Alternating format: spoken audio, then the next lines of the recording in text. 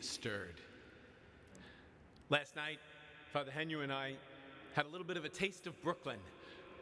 We went to the opening of the Mount Carmel feast in Williamsburg, and it begins, a lengthy feast up through the celebration of the feast day of Our Lady of Mount Carmel.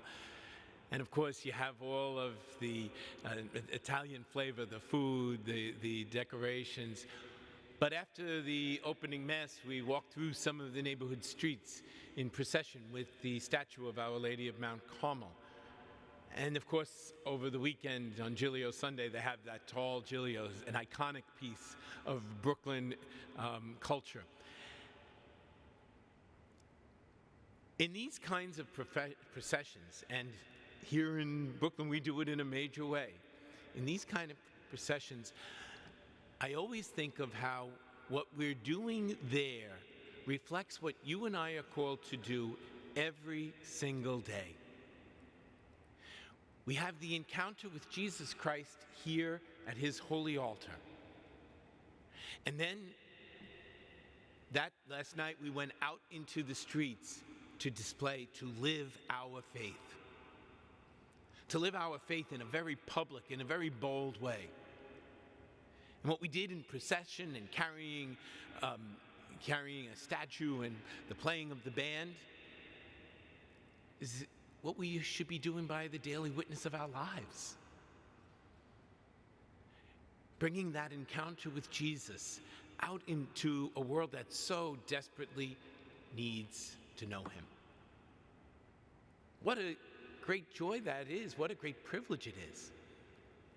And what makes the feast a good icon of what we are called to do is that we're meant to do it with a bold kind of joy.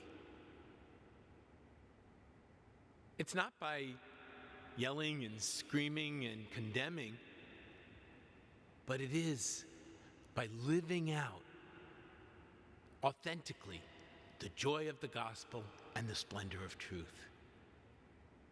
Jesus sends his disciples out, giving them those instructions, that commission, with great urgency, that they are to go into the towns and villages to say, the kingdom of God is at hand for you. And what does that mean? What makes it so urgent? Well, it's summed up in that reading we heard from Hosea and those beautiful, beautiful words that come straight from God. God looking out at the state of his people, at the suffering of his people, people who had gone astray, who had brought a lot of that suffering on themselves. He says, how can I not respond? My heart is overwhelmed. My pity is stirred. Think about that and put yourselves in Old Testament times. That's a pretty amazing statement. I mean,